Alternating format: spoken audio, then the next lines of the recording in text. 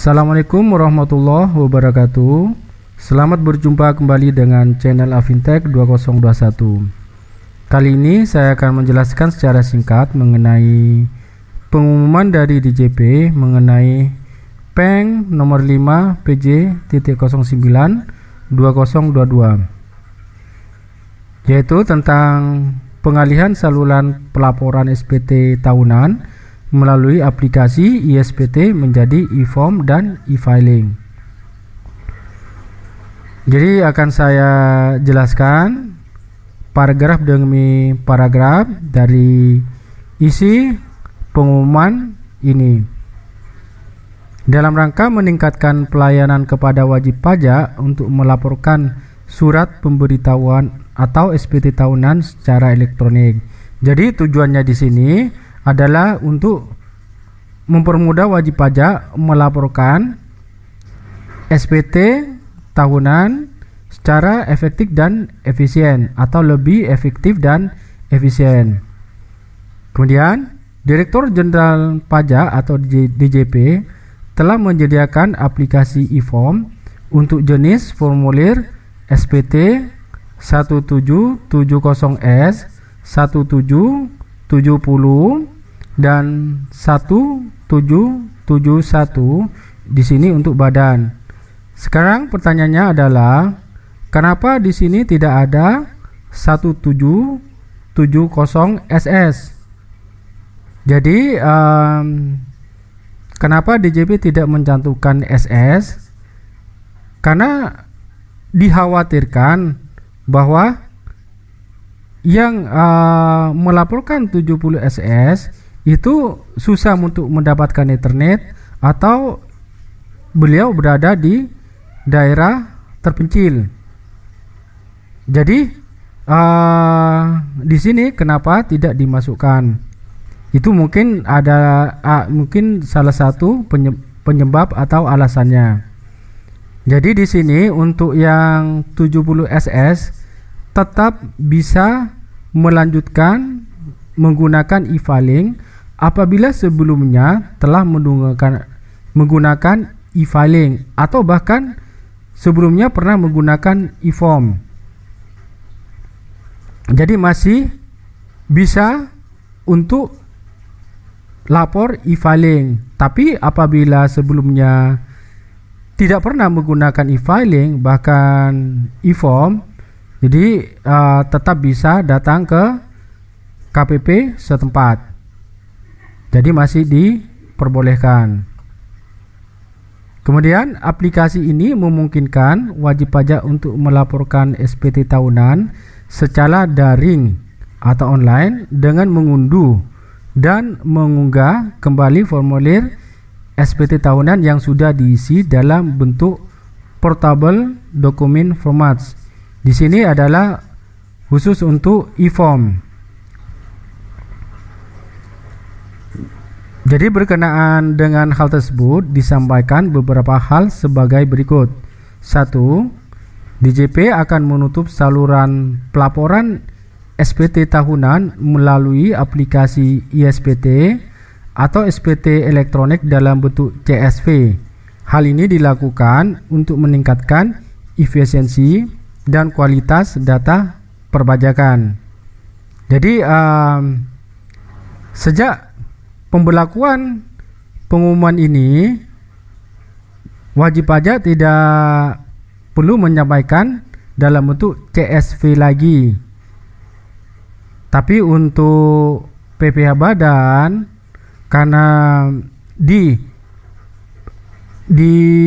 PPh badan itu menggunakan CSV ISPT-nya dan pelaporannya, jika pelaporan melakukan dengan cara e-filing maka masih perlu CSV.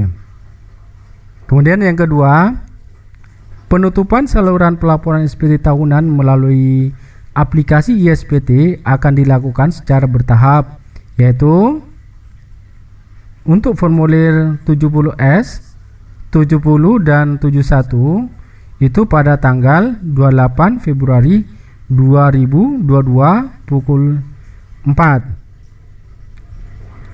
Sedangkan Untuk jenis SPT badan dalam satuan mata uang dolar yaitu 71 dolar, dan lampiran khusus wajib pajak migas itu pada tanggal 30 Maret 2022 pukul 15.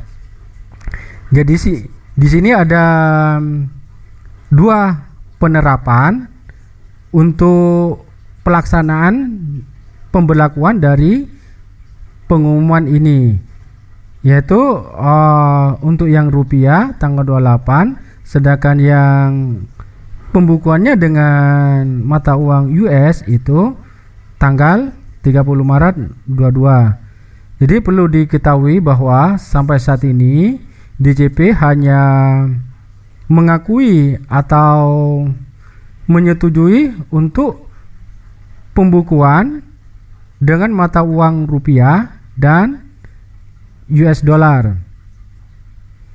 Kemudian yang ketiga, sehubungan dengan penutupan aplikasi ISPT tersebut, pelaporan SPT tahunan baik SPT normal maupun pembetulan secara elektronik dapat dilakukan antara lain melalui 1. Aplikasi e-form atau e-filing yang dapat diakses mengeklik menu login pada laman www.pajak.go.id.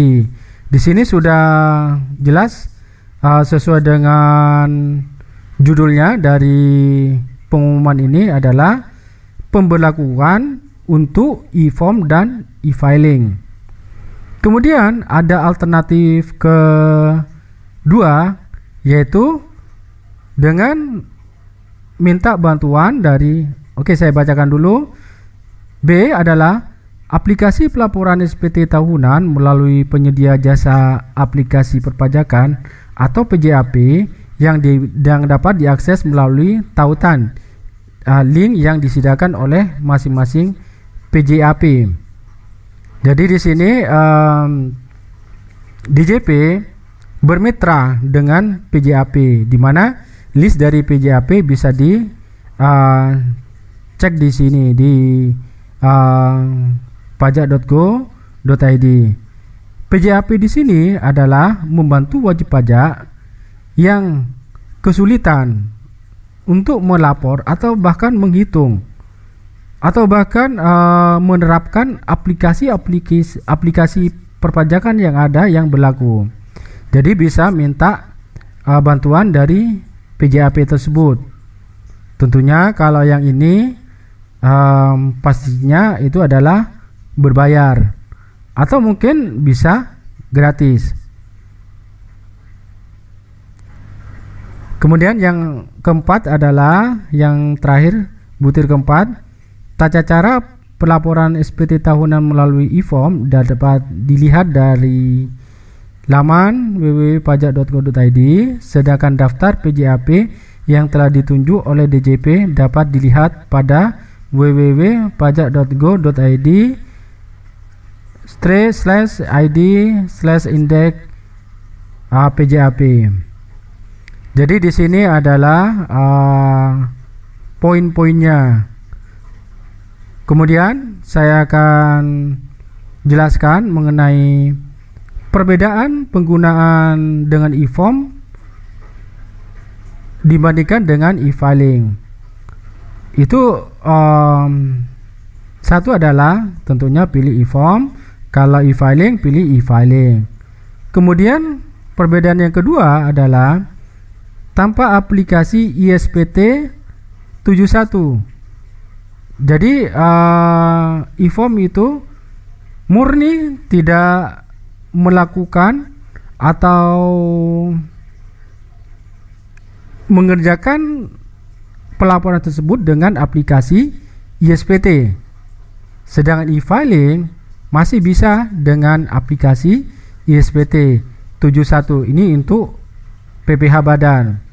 Kemudian yang ketiga adalah e-form murni tidak menggunakan atau tanpa menggunakan file CSV. Ini untuk khusus 71, sedang e-filing ini masih bisa menggunakan CSV. karena di e-filingnya itu harus berextension CSV.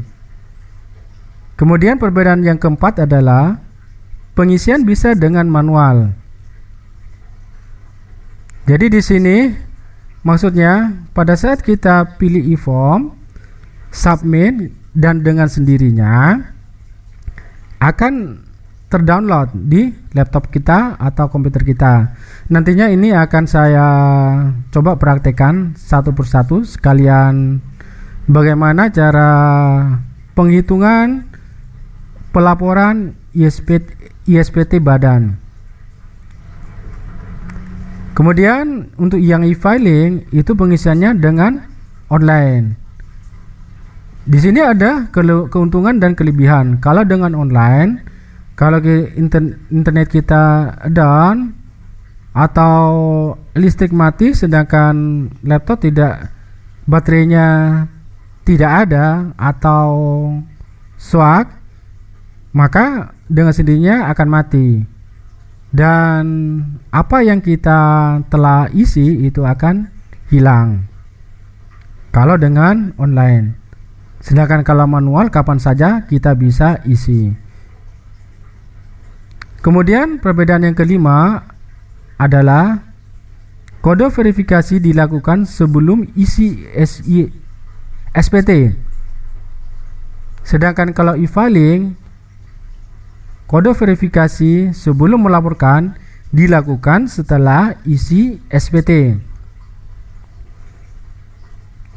Perbedaan selanjutnya yaitu belum dapat dilakukan dengan Smart Android untuk e-form, sedangkan e-filing sudah bisa dilakukan dengan Android. Tapi menurut sains saya, karena Android itu kecil, sudah tidak begitu nyaman untuk mengisi, sebaiknya pakai laptop saja. Dan kemudian e-form.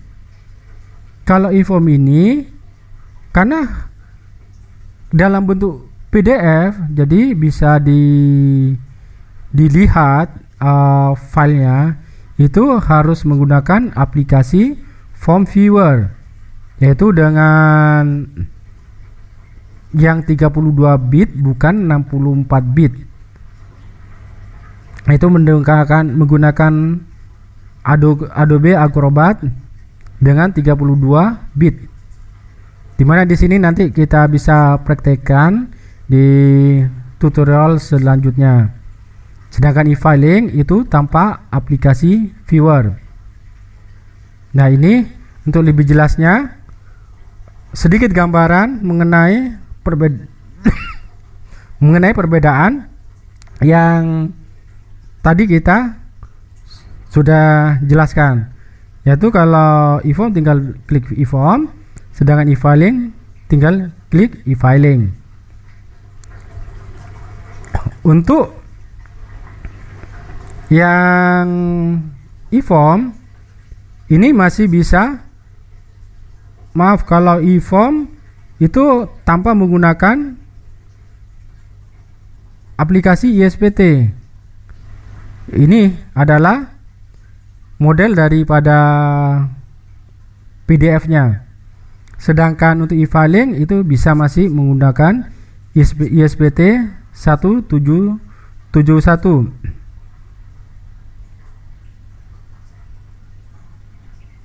Nah, ini kalau mau kirim,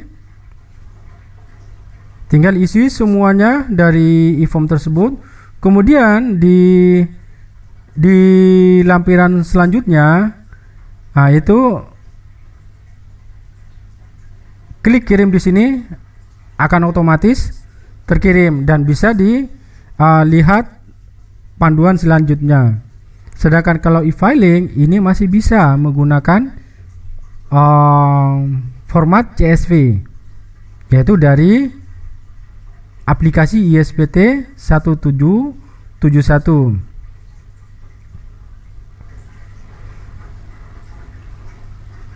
Nah, ini untuk yang PJAP. Untuk PJAP sendiri yang terbaru diatur di Per 10 PJ 2020, yaitu penyedia jasa aplikasi perpajakan. Ini adalah pihak yang ditunjuk oleh DJP untuk menyediakan jasa aplikasi perpajakan bagi wajib pajak dan dapat menyediakan jasa aplikasi penunjang bagi wajib pajak. Saya kira 3 poin ini yang perlu saya visualisasikan gambaran secara singkat.